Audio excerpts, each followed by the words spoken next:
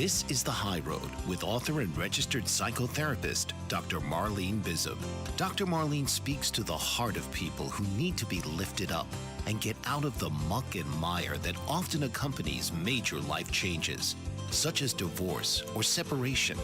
Dr. Marlene will aspire to help parents of divorce to love their children more than they hate their ex, and to learn to take the high road. So please welcome the host of The High Road, Dr. Marlene.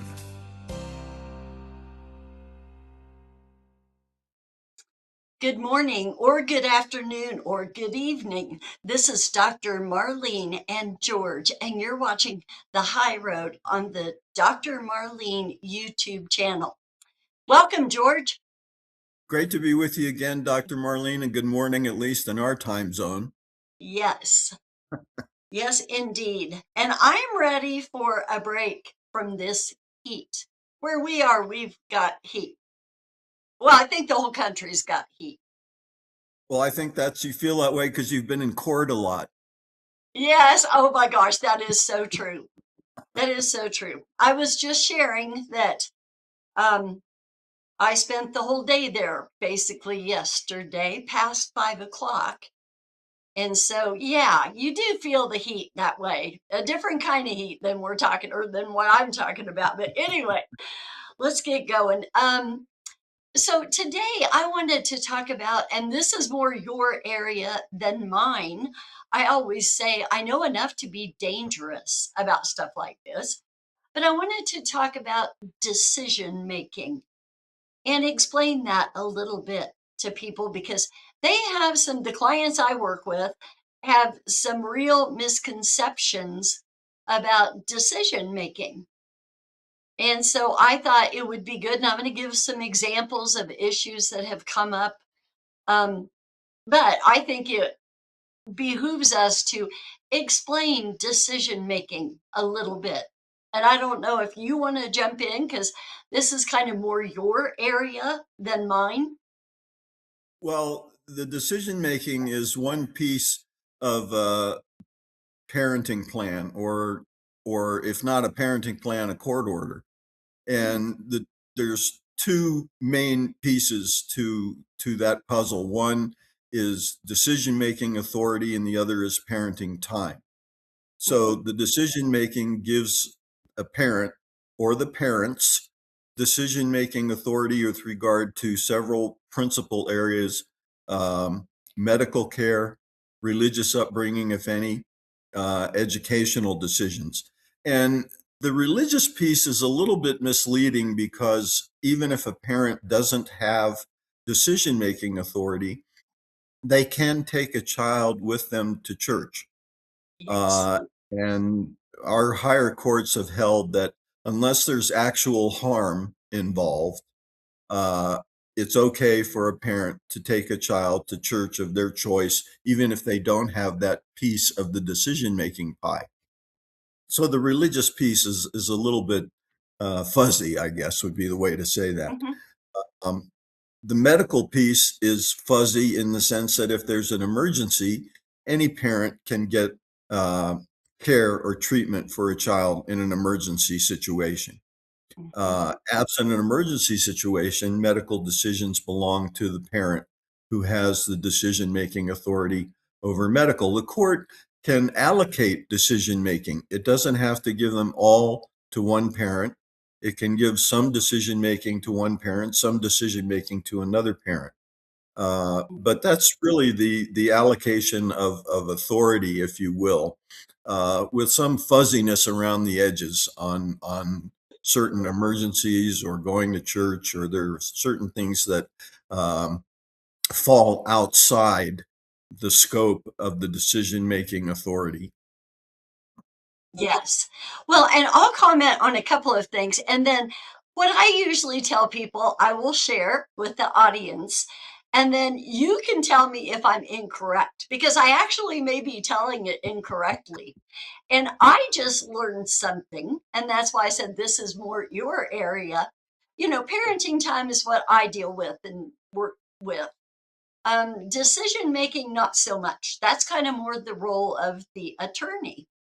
But what I tell people, because I do have to deal with it all the time, I tell them that when it comes to, for example, religious decision making, and this is the thing I learned today that I didn't know, is I did not know that even if you don't have any decision making authority, you can still take them where you want to church. And that makes sense. What I tell people is because it's not a major decision to go to church on any given Sunday or Saturday night or whenever the church meets. I tell people on your weekend, you can take them where you want. On your weekend, you can take them where you want or no place at all if they choose not to go. I think, and this is where, correct me if I'm wrong, but things like baptisms, does that need to be agreed on? Because that's what I tell people is if it's major, then, and that I think that holds true across all four areas. I actually have a fourth area in my mind. It may not technically be or formally be a fourth area, and it's what I'll probably spend the most time on today because it's where I have the most problems with my parents. But that's extracurricular activities. So we have education, we have religion, we have medical and mental health, and then extracurricular activities. We'll come back to that. But anyway, back to church. Am I correct that if it's something major like a baptism, then it should be joint, or is that not correct? I think that if a parent has the decision-making authority, then the parent who has that decision-making authority with regard to religion can do what they want to with regard to baptisms or ordinations or ceremonial activities in the place of religion. Okay. Okay. And I think that's basically, what I tell them. What I tell them is if nothing else, and this just is my kind of go to thing, if nothing else, as a courtesy, let the other parent know. I Yeah. understand. Yeah, go ahead. No, I was going to say definitely, and of course, if we have parents who are taking the high road, then that parent is probably going to notify the other parent of the occurrence or the ceremony or whatever celebration or religious observation is occurring, and then they're going to be invited, I guess, for lack of a better way to put it, to attend those types of ceremonies. Yes. Yes.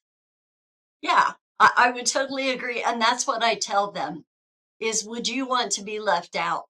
Mm. Tell them, invite them, like you said, take the high road. I mean, that's what we're trying to help people with here is taking the high road. And the one I run into a lot is we will have, and I, hate to mention this specific denomination, if you will, but we have a specific denomination that often people in that of that denomination, I guess I should say, want to make sure the children go to that type church every week. Well, we can't make them do that unless that parent has sole decision making. But what I'm hearing today is that's more a day in, day out, day to day, what we call day to day decision. And if somebody's going to their church and they want to take them, they can, Mhm. basically, correct? Yes. Yeah. But I Yeah, do get people, yeah, go ahead. I had a case where we actually went to a hearing on whether or not the non-decision making parent could take a child to the church of, in this case, it was dad, uh, of his choice. And we actually had a mental health professional do an evaluation and the whole regalia Wow. there. And so, and it just turned out that dad could take the daughter to the church of his choice on his weekend. And Yes, I would think. yeah, and really you get the kids, I don't think, care about little doctrinal differences No. in religions. They just go, mom and dad say we're going to church, they go to church or synagogue or whatever the case might be. Mhm. Yeah, I would agree.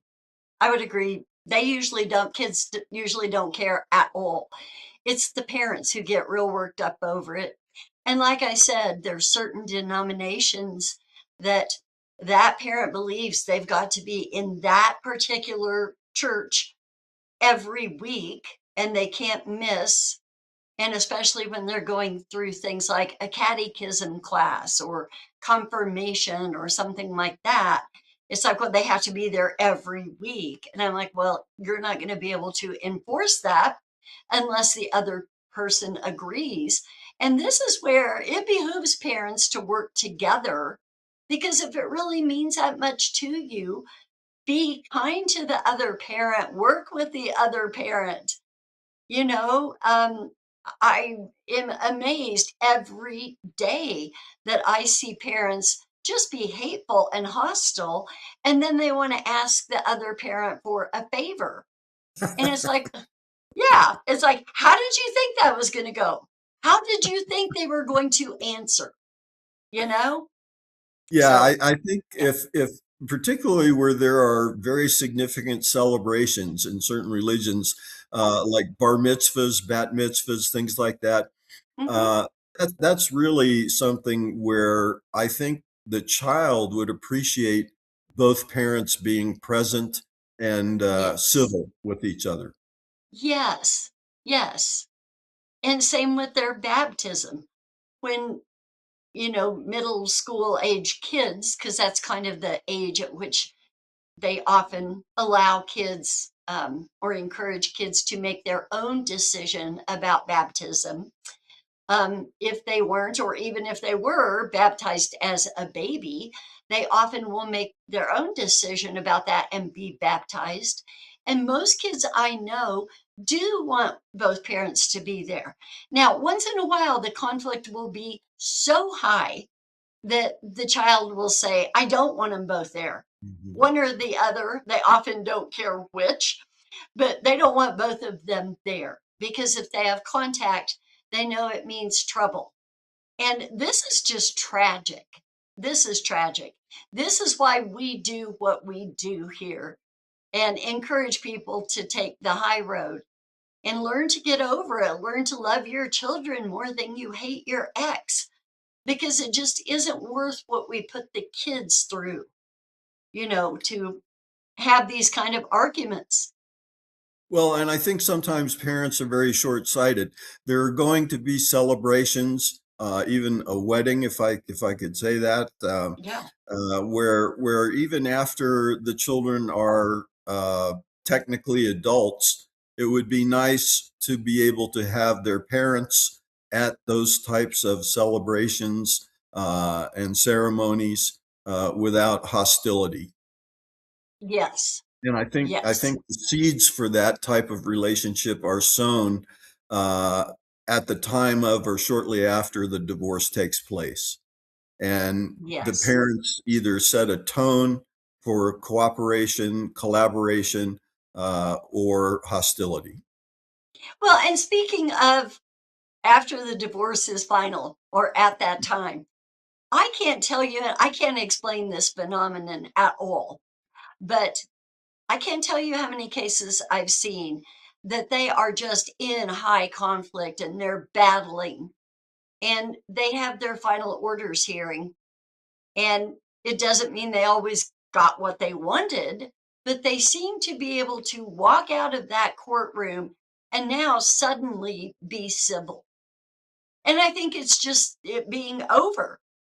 I think things that are unresolved or undetermined are much more difficult for people to deal with than if you just know the outcome. The anticipation can be, painful.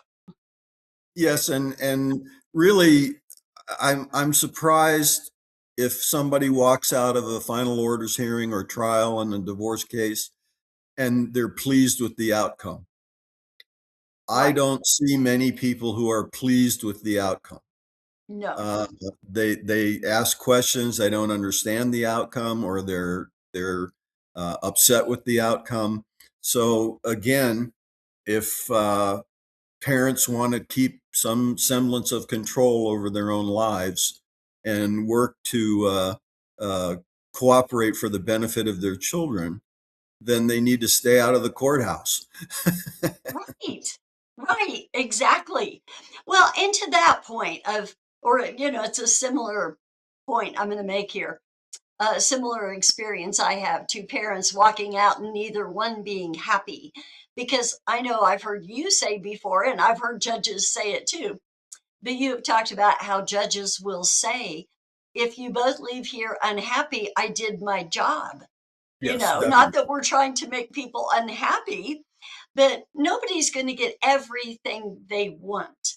And so they're both going to leave somewhat unhappy because there was something they didn't get that they wanted. But it will be both parents. Well, I had a conversation with a dad last night, and he said, I just kind of feel like you're not on my side. And I said, oh my gosh, mom said that yesterday. And she had the day before, mom had said that, I feel like you're on his side. Now, last night I'm talking to him and he said, I just don't feel like you're on my side, implying I'm on her side. And I told him that she said the same thing. I said, what's interesting is she just said that yesterday. And this tells me I'm doing my job. If you both feel like I'm not on your side, because you're right, I'm not on anyone's side. I am here to make it best for the kids. If I'm on anyone's side, it's the kids' side. Yeah, absolutely. And I think you're on the kid's side brilliantly. And Oh, thank you. if a parent is sabotaging the case where the kids are suffering, they're going to suffer your wrath if you're on the Yes, case. yes, that's right. They are. Yeah, I don't mince words when it comes to kids not being okay and kids being put in the middle and not being allowed to love both parents and all those things. That's just not okay. It's not. I mean, it's my life's work. Being a child of divorce in a relatively civil divorce is still hard. I mean, it was hard enough going through it with decent parents or parents who handled it decently. Mhm. That I can't imagine what it's like to be some of these kids and their parents are fighting over all these things, everything we're talking about. And I can't wait. I'm going to wait until we take a break so I don't get interrupted. But I can't wait to talk about some of the other areas of decision making here because I've got a couple of stories to share that are just unbelievable to me. And they're not worst of the worst, but they're bad enough, let's put it that way. And it amazes me every day that parents can behave the way they do and not take their children into consideration, even if it means you have to take the high road, even if it means things aren't fair, because they may not be. But if you're protecting your child, shielding them from conflict, stuff like that, that's the best you can do. Well, I I wish I could identify something magical about which parents can take the high road and what the impediment is to taking the high road for those who can't. Um, Me but too.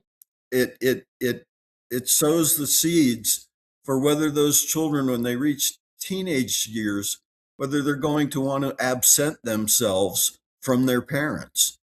Yes. Yes. And parents don't realize that, but they absolutely do. Kids make up their minds and tell me in my office all the time, when I get to be 18, I'm not talking to either one of them, or something to that effect. So anyway, we'll talk more about that when we come back. It is time to take a quick break.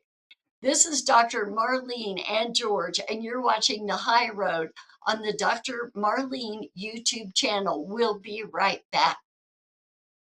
What if there were a super tiny device that could diagnose the brain and is smaller than a single human hair? What if you could see inside the brain to help an epilepsy patient during surgery or to help the fight against Parkinson's disease? Dr. Patricia Broderick is proud to announce the Broderick Probe, a biomedical and electronic breakthrough. Imagine a probe to help with the understanding and potential cure of brain-related diseases. To learn more, listen live to the Easy Sense radio show with host Dr. Broderick. And to help support the Broderick Foundation, please go to easysense.com and learn how, with your help, we can fight these horrific brain disorders. That's easysense.com to learn more and help support the Broderick Foundation.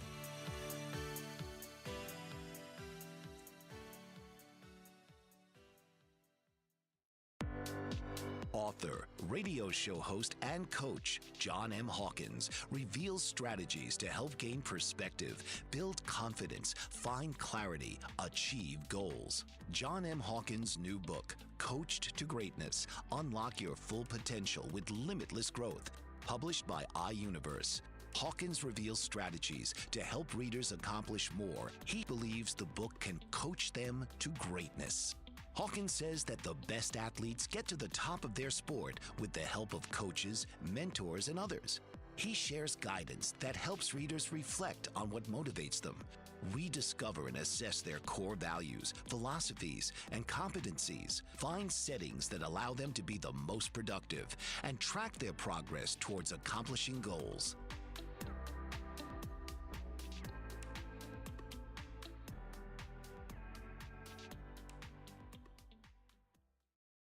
Welcome back. This is Dr. Marlene and George, and you're watching The High Road on the Dr. Marlene YouTube channel.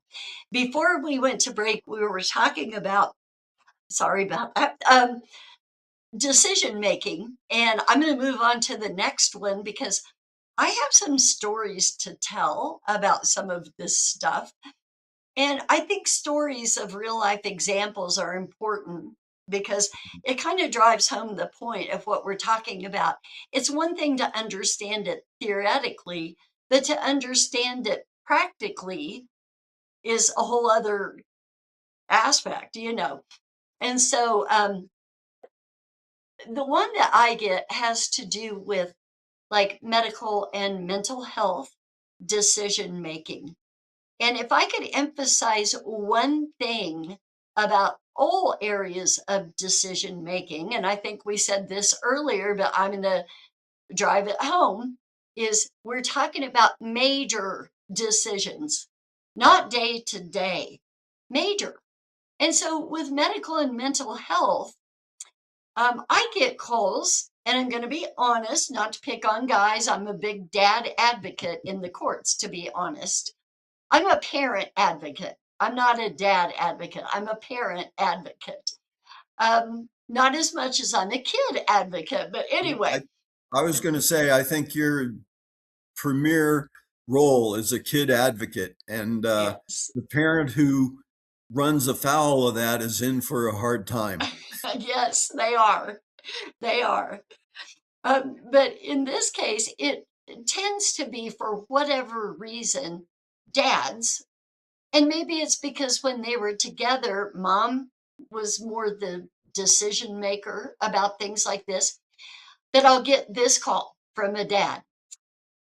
My ex kept our son home from school today because he's sick, and she didn't consult me about it, and we have joint decision making. Or she took him or didn't take him to the doctor, and we have joint decision making. That's a day-to-day decision. Whoever has the child decides if they're sick enough to stay home or not, whether they are so sick they have to go to the doctor or not. And again, as a courtesy, I always tell parents, let the other parent know.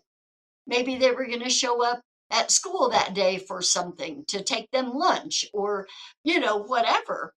Um, but it's also just a courtesy. Let them know your kid is sick. Sometimes the school will have a system where they notify parents by text message or email that your child's out today. Please excuse the absence if there's a legitimate reason or whatever. And so the other parent might not know what's going on. And they're like, you know, Bobby's not in school today. What's the deal? So always let them know. And it can just be a simple message, text message, or on an app that says, Bobby's home from school today, not feeling well, upset stomach. I might take him to the doctor if he gets any worse. If I do, I'll let you know, and I'll let you know what the doctor says. That's usually all it takes. But there's also some schools, especially high schools, that the parent portal will show you if they're not in their class for each hour, each class. And so the other parent might have called them in sick, but now for each class, it pings you that your child's not here. Next hour, your child's not here. Well, yeah, they're out the whole day because they're sick.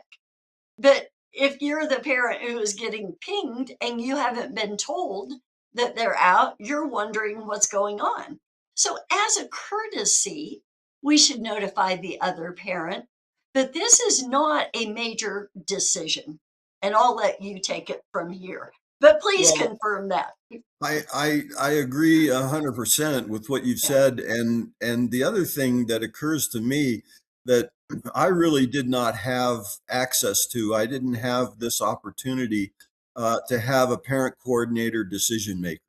That to me is a tremendous, tremendous asset to have on a case. Even parents who are taking the high road can hit a bump now and then, and to have the resource and the access to a parent coordinator decision maker is invaluable. But Mhm. you're absolutely right. And in cases of emergency, it's the same thing. The parent who has the child Yes, has the ability to act appropriately in an emergency. right. And let's talk about that for a minute. I am so glad you brought that up because I will also get complaints from parents because they just left the ER and my ex is just now telling me that he took my child to the ER. Shouldn't they have told me on the way? Well, ideally, yes. But if you've got a sick or injured child, you're just trying to get there. You're not worried about, oh, yeah, let the other parent know. Same with once you get there, because I'll have parents also say, I understand not telling me while you're driving there, but once they get inside, shouldn't they tell me immediately? Well, maybe, but there's going to be paperwork to fill out. You're going to want to go back with your child to see the doctor, most likely. So you arrive and it's very frantic and hectic. I mean, I went myself a couple weeks ago to the ER for a symptom I was having, and I can tell you how hectic and frantic it is. And they're Mhm. just trying to take care of people, not knowing how urgent it might be. And so it becomes very hectic. And so, no, they can't necessarily let you know once they step inside. If they let you know on the ride home, I think that's actually pretty darn good. Yeah, But I've been in an emergency room a little bit the last few weeks, and it is hectic. And okay, I don't think a yeah, parent who is kind of hovering over a child who is in an emergency room situation, they're not really thinking about things other than how is my child doing. right. They're not thinking about, oh gee, I better call and notify my ex and so forth. They're really just very, very concerned about their child And once the child is stabilized or um, taken care of medically, I think notifying the other parent at that point in time, if they haven't notified them earlier, is critical. Right, right. Yeah, just let them know. No parent wants to hear from their child that they were in the ER. No parent wants to hear that from their child. They want to hear it from the other parent as soon as reasonably possible. But reasonably is the operative word there. I mean, I've got parents, like I said, that just are not reasonable. And then I've got others that clearly don't want to let the other parent know and will let the child tell them. And that's just bad co parenting. Mhm. Yeah, I think once you've made the child the messenger or the go-between, you've crossed the line there. Yes. Yes, I totally agree. I've said this before and I'll say it again. In the level 2 co parenting class in particular, it's in 3 different handouts. And I call it the golden rule of co parenting that we will not communicate through the kids. They're not our messengers, and we are not going to communicate through them. And I am firm about that. You want to see Miss Marlene get upset, you'll communicate through your kids because I'll put a stop to it. Well, that and the other thing that occurs to me that is very sad is when the parent either I would say unknowingly. I can't imagine a parent knowing they're doing this, but I guess there are some who do, but they make the child the emotional caretaker of the parent. That is Yes, very problematic. I have a hard time with that. I do too. And that's another really good point is they are not your caretaker.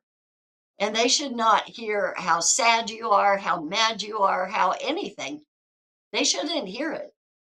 No, and again, there are so many choices nowadays with apps and email and texting and so forth. Yes, There's really no justification not to have a parent in the loop of something going on with their child. right, right. Let's move on to school because education is school. Education is another area of decision making. And again, George, I'm going to put out there what I understand, and then you're either going to confirm or correct me. Okay. But this is what I tell parents. And again, this is kind of not my role, but it is. And that's why I want to make sure I'm telling people correctly.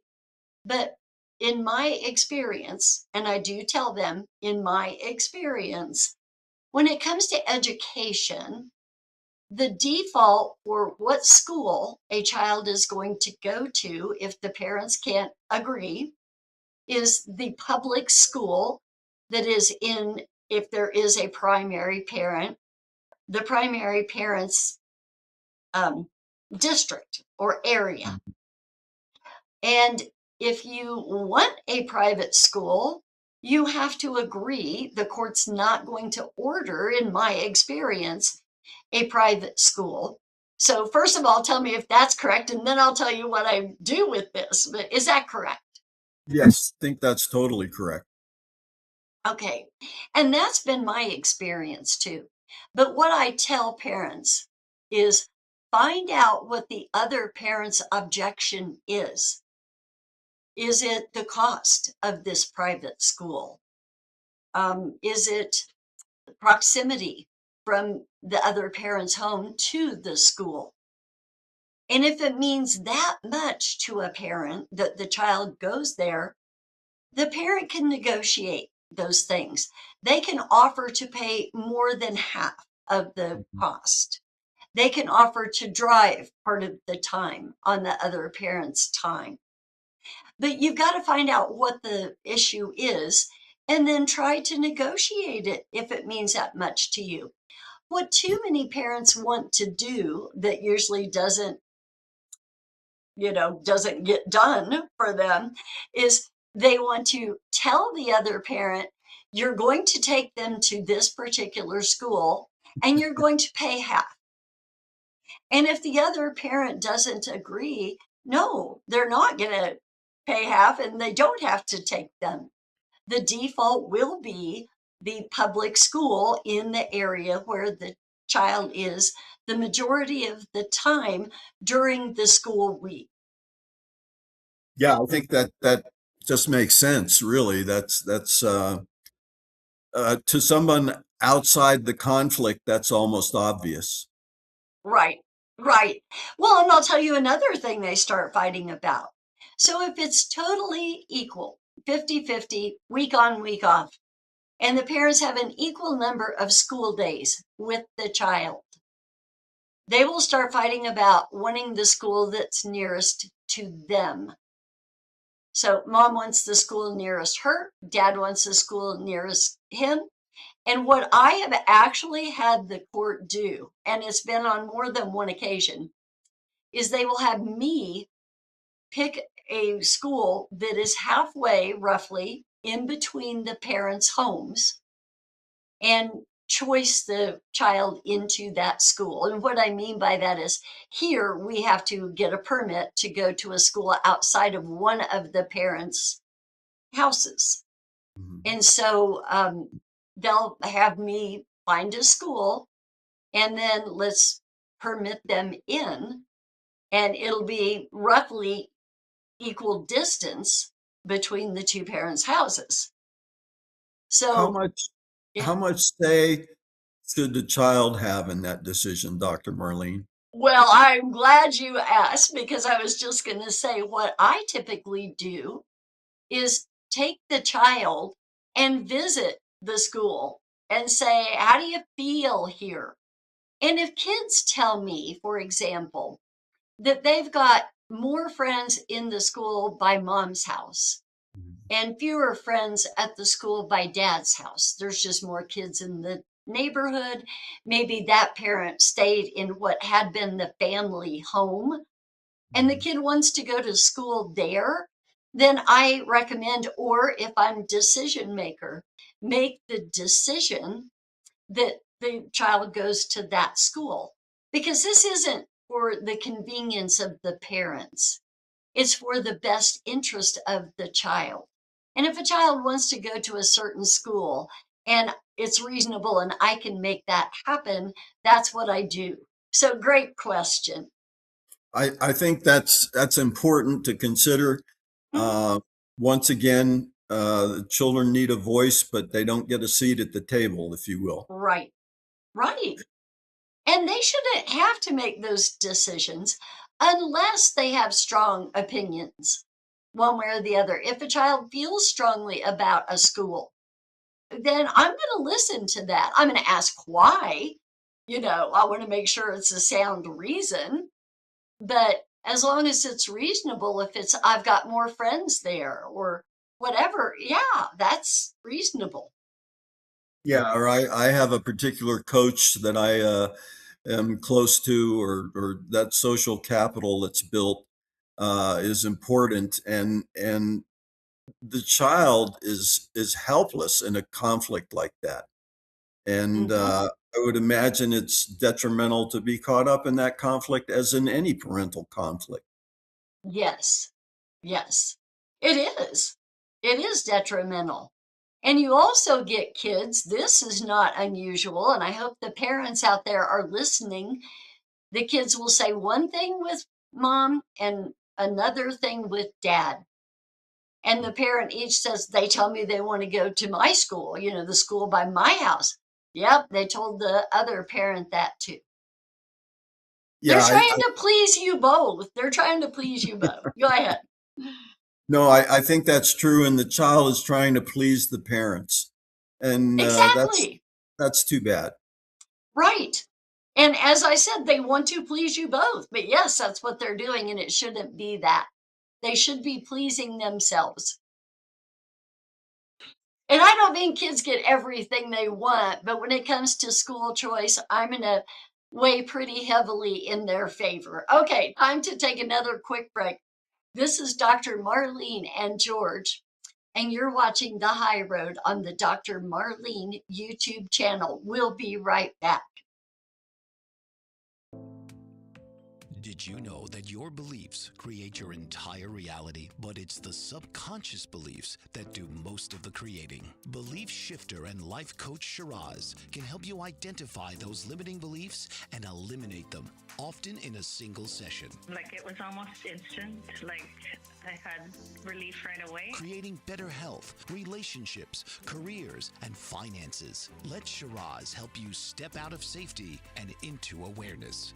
Definitely something's happening. It's like a flow inside. It feels good. Whether in person or online, Shiraz provides personal coaching, belief shifting. Visit Shiraz at energeticmagic.com or call 416-529-7429. Energetic Magic. Find your greater happiness. Be well. Be aware. Be magical.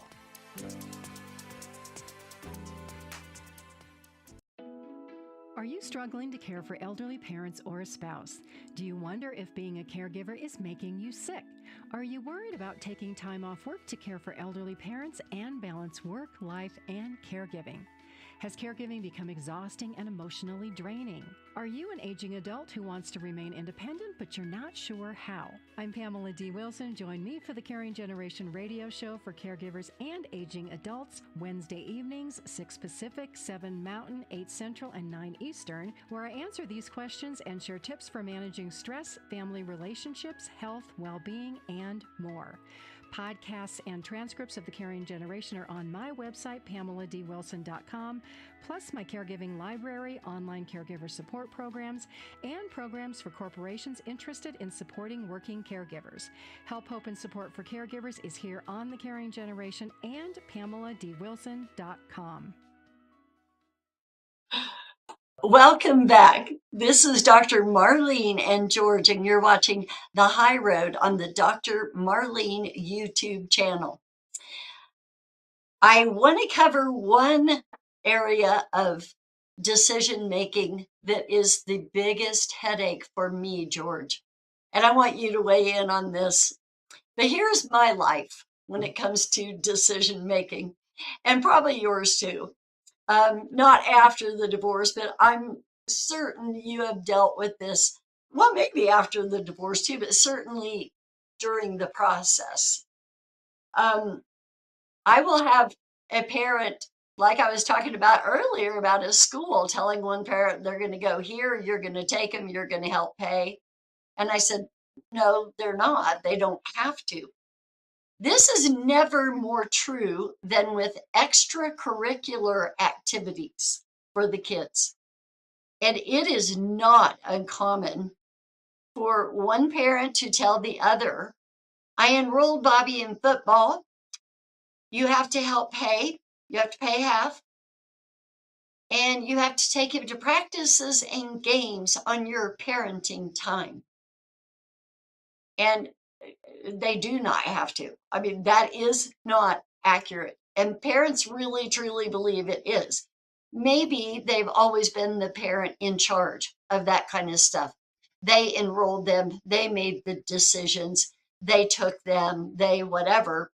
And even if they say, I'll take them if you don't want to, if it's the other parent's parenting time and they don't want the child to go, no, you will not take them.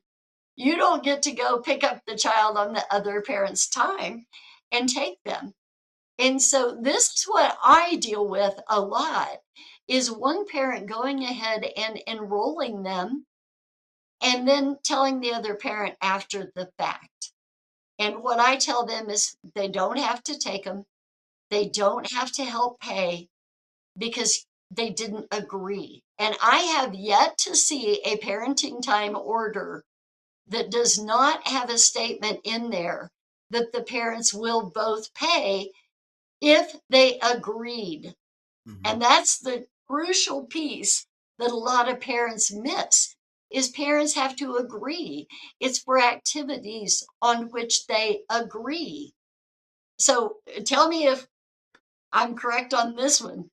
No, I think you're totally correct. And really, just as a matter of courtesy, you would think that parents who are trying to take the high road would either discuss that or send out a text or an email or something that says Junior is wanting to join the soccer team. Um, it would require us to do XYZ. Are you okay with that? Something Right. along that line. Yes, and that's Um, all it takes. But then that's an agreement. right, right, right. And again, the resource of a parent coordinator decision maker is an amazing resource to me. I mean, I wish I had that. Yes. Well, I appreciate hearing that since it's a role that I frequently fill for the courts. But I agree. I mean, I don't know if I said this earlier on here or not. I might have told you at break, but I'm dealing this morning and during the show with a parent who wants a school decision made. And, it is much easier for me to make it than for them to fight and ultimately go back to court. And you're not going to get into court before school starts, especially right now. Most schools around here start in the next 10 to 14 days, and you will Mhm. not get a court date that quickly.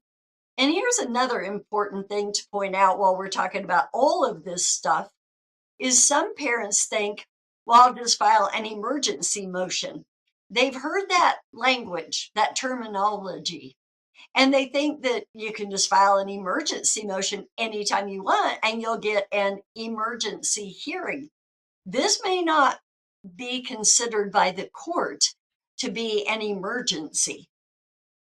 No, I agree 100%. And the judge is going to say, your parents, figure it out. Raise your children. Don't bring the issues to me to raise your children for you. Right, right. Yeah, that's exactly the way it goes. Is if the court has to decide, they're going to do it in their own time, and your emergency does not constitute an emergency for them.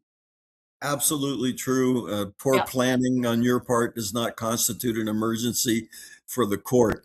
And a hearing on something like that is going to take a couple of months to get into Hmm. court. In the Yeah. meantime, what do they do? Right. Right. And they do have to do something. Sure. And so, yeah, if you truly can't co-parent, get a PCDM, parenting coordinator decision maker on board, because that's going to be your only hope. And there are parents who truly can't. I mean, the one parent is going to disagree to anything the other parent suggests just for the sake of disagreeing, because there is still that much hurt, anger, resentment, maybe feelings of betrayal. And George, I have to tell you, this is where people really, really need to get therapy. You got to get over it. You got to move on. And I know it's not easy. I know. But parents have to do it for the sake of their kids. If it's just you, the parent, and you don't want to deal with it, okay, live in misery. But for your children's sake, you have to.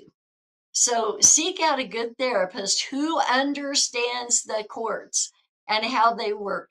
I have seen more damage done, or people set back in their recovery because they have a therapist who just does not understand the courts. They're not well versed in how the courts work, and that's more detrimental than helpful. I think it might be helpful if there were some sort of a criterion that was reflected in the credentials of a mental health professional that showed their familiarity with the court process. That might be helpful Yes. because as someone who's just selecting a mental health professional, uh, the person really has no way to tell whether there's familiarity on the part of the mental health professional with the court system. Right. Right. And certainly it's a question to ask. And hopefully that Yeah. therapist, I mean, ethically, they're bound to be honest with you about that. And I think most therapists would be, but yeah, ask, find out. Yeah, absolutely. And I think perhaps it would be good to have some sort of an orientation that's offered to new Hmm. mental health professionals from the courts where they can Hmm. go and informally meet with a judge. A judge can go over certain things that are pet peeves of his or hers.